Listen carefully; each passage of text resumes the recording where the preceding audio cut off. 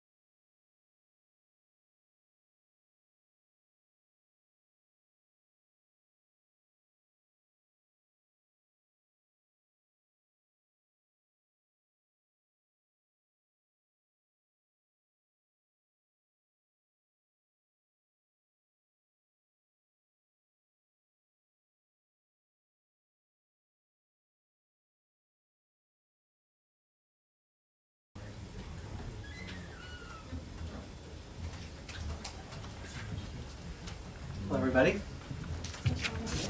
Hopefully you're staying somewhat cool in this weather. It's been a hot couple, it's nice. It's been a hot couple days, at least for me. So glad to hear some people are enjoying it, but it's been kind of hot. Not used to this level, but nice and cool in here, which is nice. So I have a few announcements up top, and then I'll be happy to take some questions. This week, President Trump and Secretary Rubio returned from the historic NATO summit in The Hague, where allies committed to dramatically increase defense and security spending to 5% of GDP.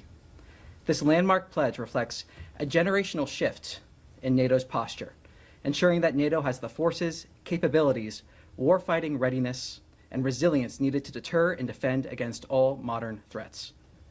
This is peace through strength. It's not just about budgets, it's about building real military power, a stronger industrial base, and interoperability to last.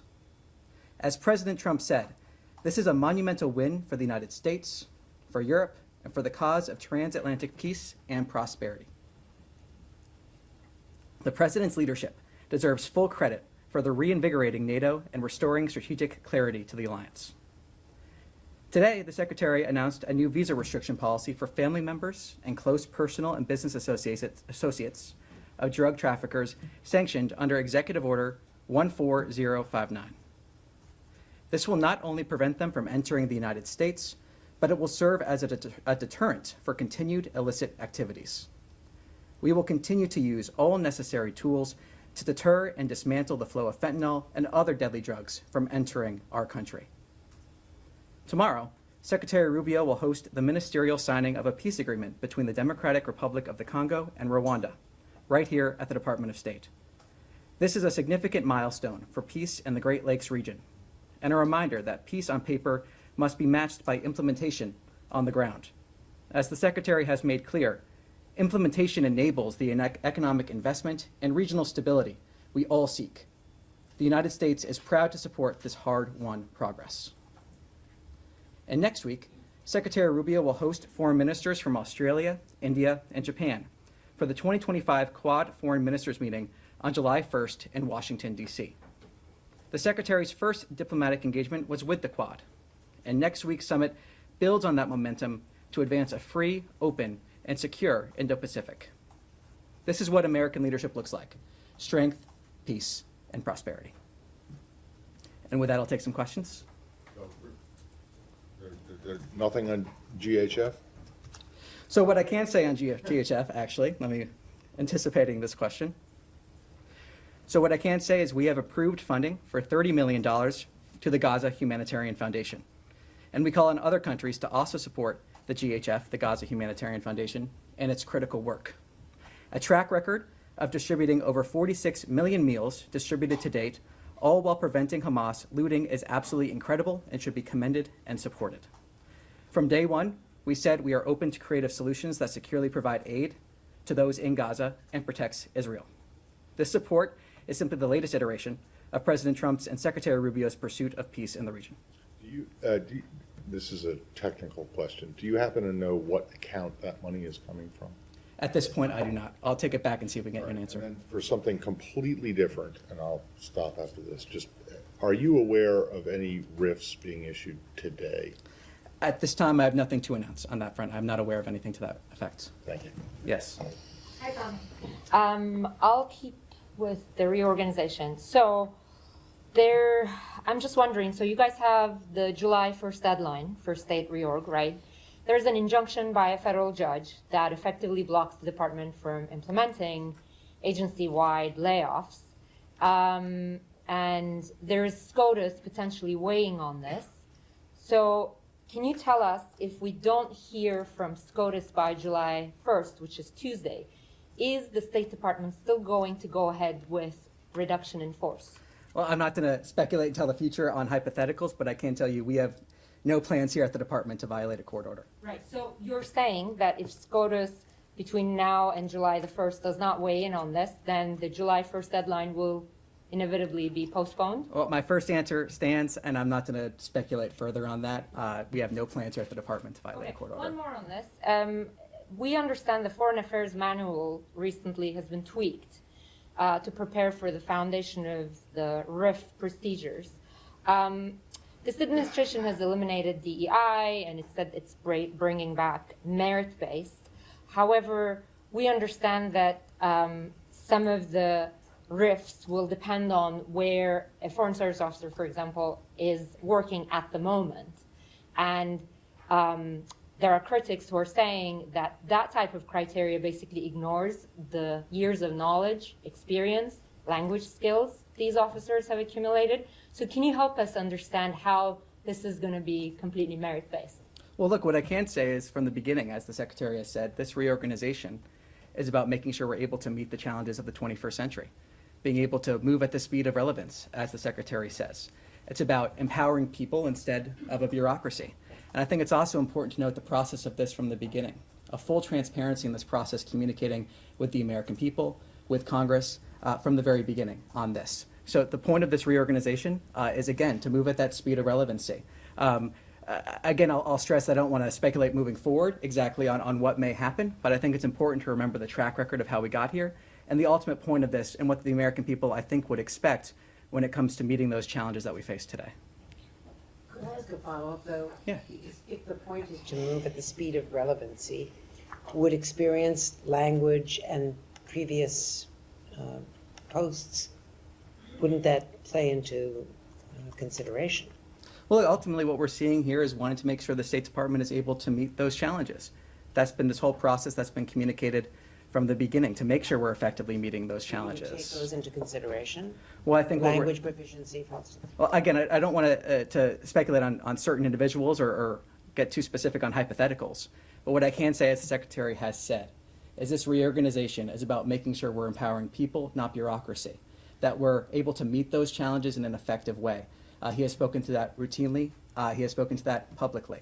That's the point here, and I think the American people expect to see that. If I may, I also wanted to follow up on something that that Matt raised on the GHF.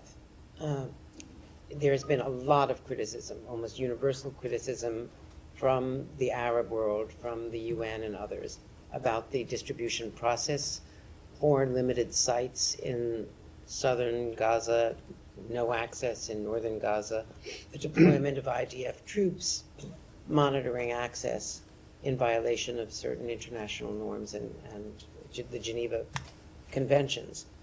Can you tell us, as the U.S. is about to begin funding, whether they are expanding the sites to more sites so that they can equal what the World Food Program and others had done previously?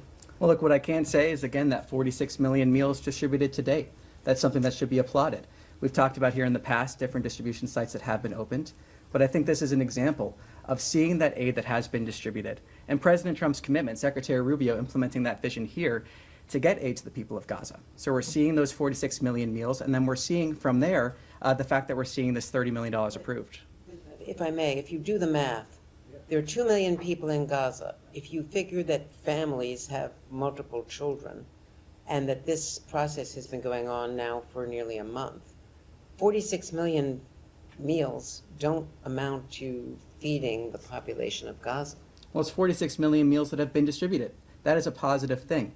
And we call on other countries to support the Gaza Humanitarian Foundation and its work as we have this $30 million that are approved. We're seeing the Gaza Humanitarian Foundation in line with President Trump's call to deliver aid in a way where it can't be looted by Hamas. We're seeing those creative solutions. We're seeing the fact that we have 46 million meals distributed.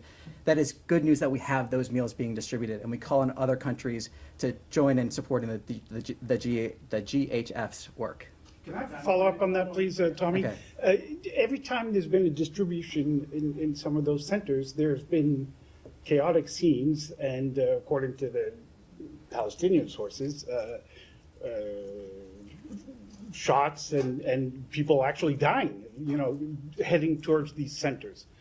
Now, the Israeli army is saying it's investigating all that, but it seems to be a pattern from the beginning. So do you have no issue with that whatsoever?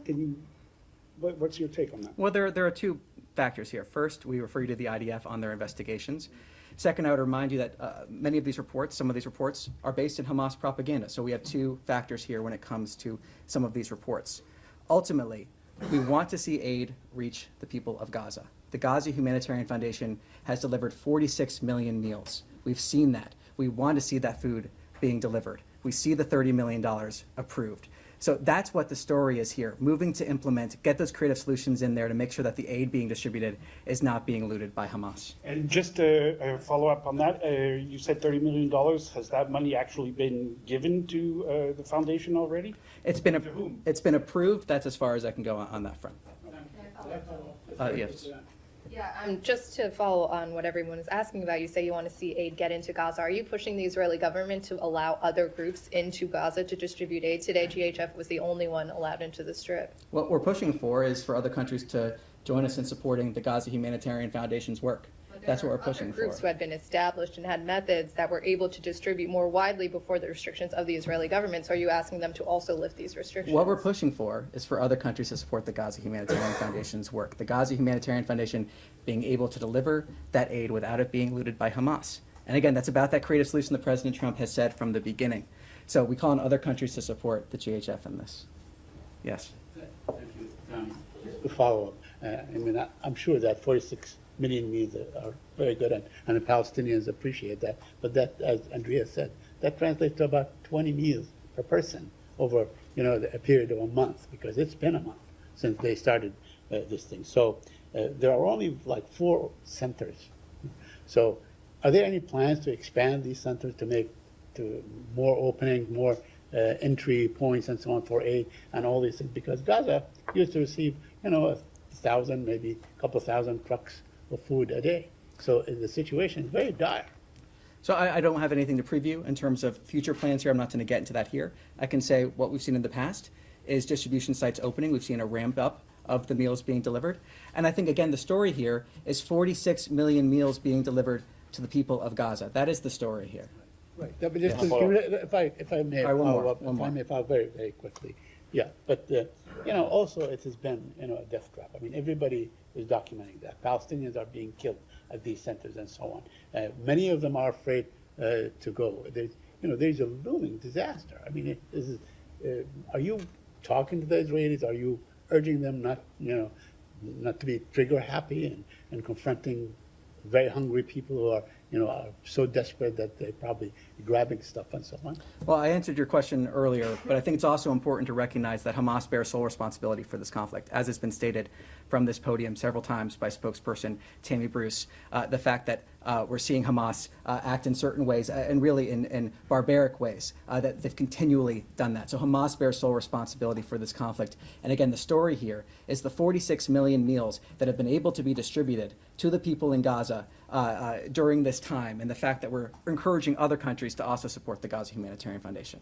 Yes. Thanks, Tommy. Sticking on the JHF, do the Americans plan on playing, other than the role of a benefactor here, any other role in terms of management, in terms of security? There were 8 Palestinian GHF contractors that were shot dead, last week. What is the role here, other than here's cash? Well, look, fundamentally, again, we wanted to make sure we get those resources in a way that helps deliver that food, helps deliver that aid. I have no further details for you at this time. We may have more details in the days ahead. But ultimately, this is about those 46 million meals and trying to get more aid into Gaza in the sense of that $30 million that's been approved for the Gaza Humanitarian Foundation. Special Envoy Witkoff stressed moving forward with the Abraham Accords. President Abbas wrote a letter to President Trump, basically, congratulating him on the Iranian ceasefire, expressing his desire to move forward with the peace process here. I'm trying to figure out, because there's been almost no discussions between, at least publicly, between the State Department and the Palestinian Authority. I know Tammy always says just because you don't see it doesn't mean it's not going on.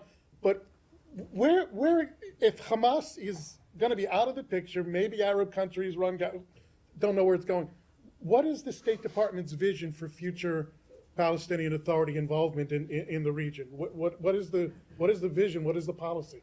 Well, right now, what we're looking at is trying to get a ceasefire. That is our focus. Our focus now is the ceasefire we need to see. Our focus is getting to that ceasefire, standing with Israel's right to defend itself, its right to protect itself. That's where we are currently. That's where our focus is. And that's where it's going to remain until we reach those goals. Yes? Tommy, I'm going to stick on this subject just for a little bit more. You keep saying that the story is the distribution of 40+ million meals. and we're trying to just point out all of the other multifaceted angles of what's going on here, given that the government is about to invest a lot of money into this. So I'm just wondering, like, why, again, to Jenny's question, does this mean the US government doesn't support the World Food Program trying to get into Gaza right now? If not, why not? We're just trying to get a clear answer on why is it just one organization and not the others? Well, as I just said, what this indicates is the fact that we have $30 million approved for the Gaza Humanitarian Foundation. That's what this indicates. We've also seen the Gaza Humanitarian Foundation, as I was saying, been able to deliver aid in a way that is not being looted by Hamas. The story here, again, as I've said, as you pointed out, is that 46 million meals. That's the story here, and the fact that we're encouraging other countries to step up and support this. The President's been clear. He's been looking for those creative solutions to get aid into Gaza. This is one of those indicators showing a follow-through on that commitment from Secretary Rubio here implementing that vision at the State Department. I don't know, sorry, if I could just have one more. I don't know if you've seen, in the last couple of weeks, there was an American security contractor who used to work for the organization. He wrote his experience in ZTO, and he described how the contractors, the Americans going to work for the Gaza Humanitarian Foundation, were themselves not getting enough sleep, not getting enough to eat. He describes how some of the contractors were picking up food from the ground, food that was supposed to go to the Palestinian people. I'm just going to very quickly read this to you. He said, "We're telling crying women trying to pick up food for their families that they had to go, and they were looking at this food on the ground that they desperately needed, and they couldn't take it." He said it was absolutely horrific. So when you say the story is that they are getting millions of meals out, the other side of it is that there are many more people who are not getting food, and it's not enough food, and the security situation on the ground. Other stories are starting to come out about people who are actually there. So do you have a comment on the experience of some of these contractors who you're about to fund? Well, every single one of these briefings, every single day, we have conversations about the situation in Gaza. Every single day, we have those conversations. And every single day, we've been working in terms of trying to figure out creative ways to get aid to the people of Gaza. Every single day, we've been working on that. The humanitarian situation, trying to address that. Every single day. And what we're seeing here is that $30 million commitment to this organization. That is what we're seeing. That is the commitment that President Trump laid out in terms of trying to get those creative solutions in there. So that's really what we're talking about here, that $30 million going to the organization, the 46 million meals. But of course, we're aware of what's happening in Gaza. That's part of why the president had this commitment to get aid in there, but also to get to that ceasefire, get to that peace, talking about long-term prosperity for everyone in the region. The fact that the people of Gaza have suffered tremendously under the hands of Hamas. The president has spoken about this continually, so has Secretary Rubio. So that's part of what we're seeing here, that $30 million to this foundation. And we encourage, as I said, other countries to also join in supporting this effort. Yes. Thank you, Tommy. On Iran, there's been some perhaps mixed messaging on the diplomatic outlook. The president has said he doesn't think a deal is necessary, but Special Envoy Witkoff said yesterday that he's hoping for a comprehensive peace agreement.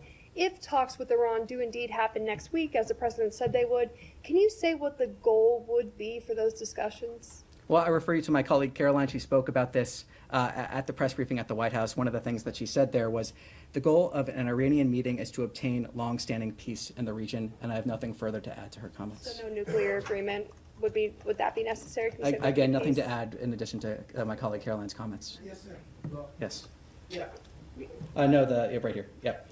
Thank you. Thanks, Todd. You mentioned Israeli army investigations into some of the food distribution incidents at these GHF sites. On June 2nd, Ambassador Huckabee attacked the press for reporting on some of the scenes of chaos and bloodshed, and he said that all the meals back then initially had been distributed smoothly and with, quote, without incident.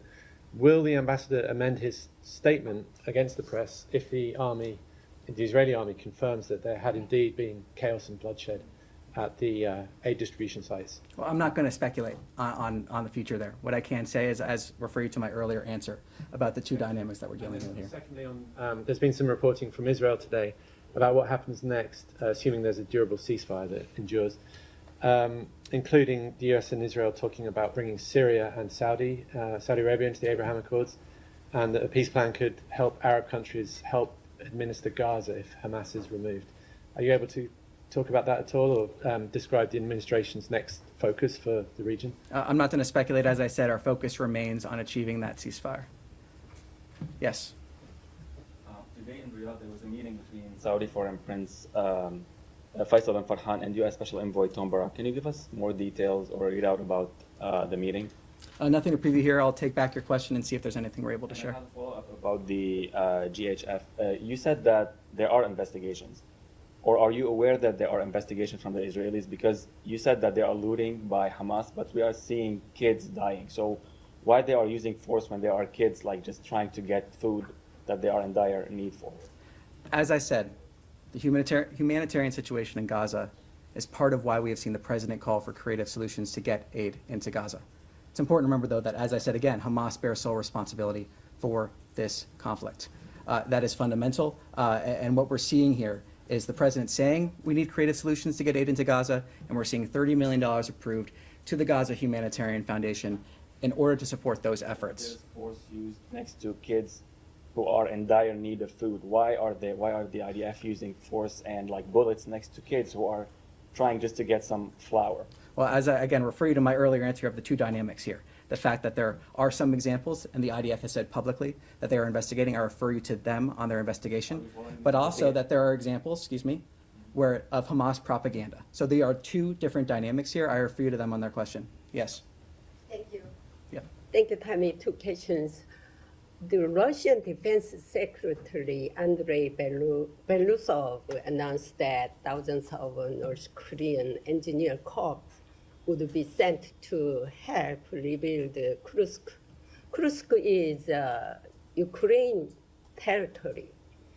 Do you think this will be an issue between Russia and Ukraine in ceasefire talks? I'm sorry, could you repeat that one more time? I missed the first part of your question. First part, the Russian Defense Minister, Defense Secretary Belousov announced that thousands of North Korean engineer corps would be sent to help rebuild Kursk, Ukraine territories. So do you think this will be an issue between Russia and Ukraine in ceasefire talks? On the issue of North Korea support for Russia or vice versa, we've spoken to that multiple times from this podium. I refer you to those earlier comments from myself and spokesperson Bruce. As the president has said many times, we hope to see that ceasefire, that long peace. We've been working for that, engaging with that. Ultimately, it is up to the parties in order to reach that. One more. Do you know how much will the U.S. increase its defense cost sharing with South Korea, and when will you discuss this issue? Let me take back your question and see if we can get some further details for you. Somewhat related to that, can I just ask a logistical thing? And just very quick. You mentioned the Quad meeting that the Secretary is going to be hosting. Yes. He is still planning to meet with these foreign ministers individually before Quad meeting, right? I'll see what we're able to read out. At this point, I can confirm the Quad meeting, but I'll see if I can get you more details on that. Can I go to Africa? What you asked, what you talked about at the beginning. What exactly is being signed tomorrow? Because Nobel Peace Prize winner Denis Mukwege said that this peace process has been opaque, non-inclusive, that this deal rewards aggression. He's been very critical of this, so I'm wondering what exactly is being signed here. Also, first of all, as you mentioned, tomorrow Secretary Rubio will host the ministerial signing of the peace agreement between the Democratic Republic of the Congo and the Republic of Rwanda right here at the State Department. There are provisions on respect for territorial integrity and a prohibition of hostilities, disengagement, disarmament, and conditional integration of non-state armed groups, establishment of a joint security coordination mechanism that incorporates the CONOPS of October 31st, 2024, facilitation of the return of refugees and internally displaced persons, as well as humanitarian access and a regional economic integration framework. So, though I would stress also what was mentioned in my topper, that it is with implementation of this agreement that the economic investment and development we all want to see will be possible. So you talk about regional framework, but this is just between two countries, and there are a lot of countries involved in this conflict. Well, I think ultimately, again, refer you to the comments I just had there. There'll be more information as we approach the day itself, but this is good news. This is good news. This is a fantastic achievement. We're proud to support this effort, and we applaud this effort. Yes. So I have two questions on China. One is that China